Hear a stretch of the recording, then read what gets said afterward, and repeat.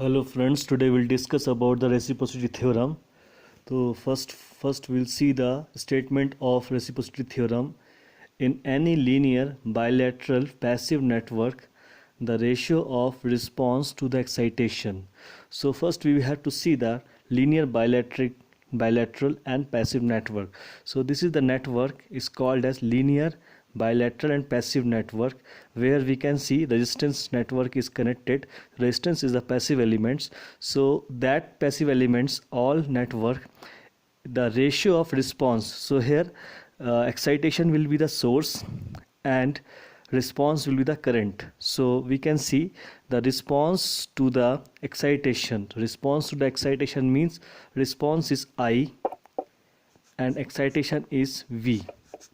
So we can see here the response to excitation is constant. Even source and excitations interchange their positions. So next network we have seen here, the here voltage source is input terminal. Now voltage source is shifted to the output terminal and the current is now become here.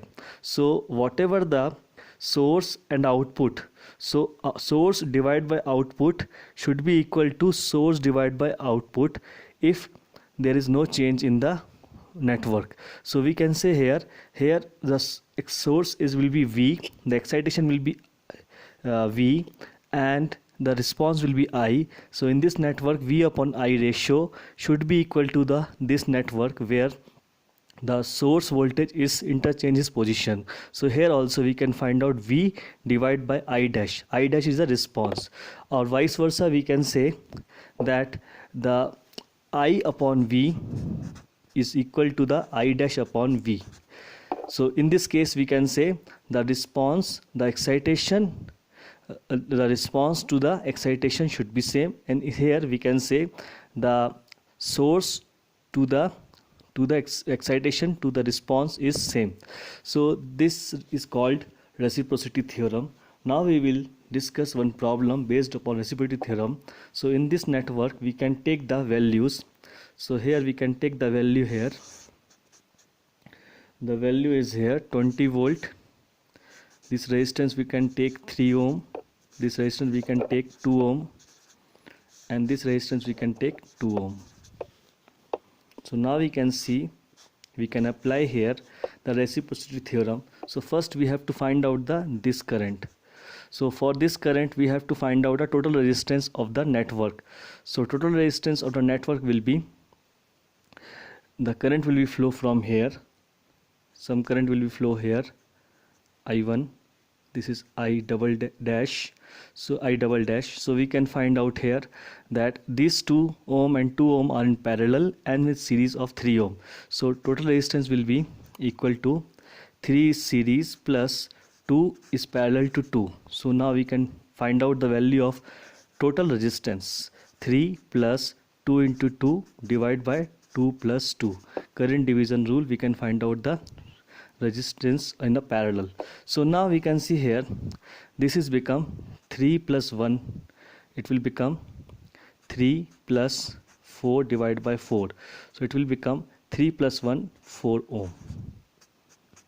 Okay, so this is the complete resistance of the network is 4 ohm and the voltage is 20 ohm. So we can find out I double dash is the input current will be equal to, the total voltage will be 20 volt divided by 4 ohm, that is equal to 5 ampere.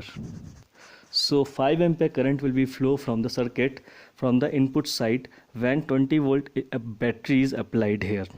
Now this 5 ampere current will be distributed to the 2 parallel branches which has same resistance. So by using current division rule we can find out the current in the I1 and current is I. So by current division rule we can find out easily. Suppose we have to find out I. So I will be equal to the total current is coming from the circuit from the input side is multiplied by the opposite branch of resistance divided by total resistance of the branches. So now we can see that current will be here coming. I is equal to total current is here. Total current is here 5 ampere the 5 divided by into 2 divided by 2 plus 2 4. So here we can see 2 by 2 2.5 ampere. So this is the response of the network when 20 volts apply here, we are getting the 2.5 ampere.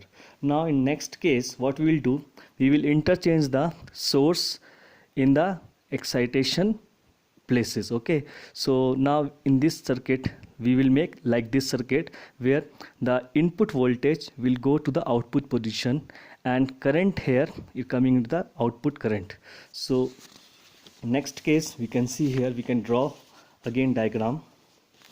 So in this case the 3 ohm will be as it is, 2 ohm will be also, because passive network will not change 2 ohm. But here now what will happen, the current will be coming here I dash like this current, so where we can see, and the voltage source initially was in this position, input position, now it is coming to output positions.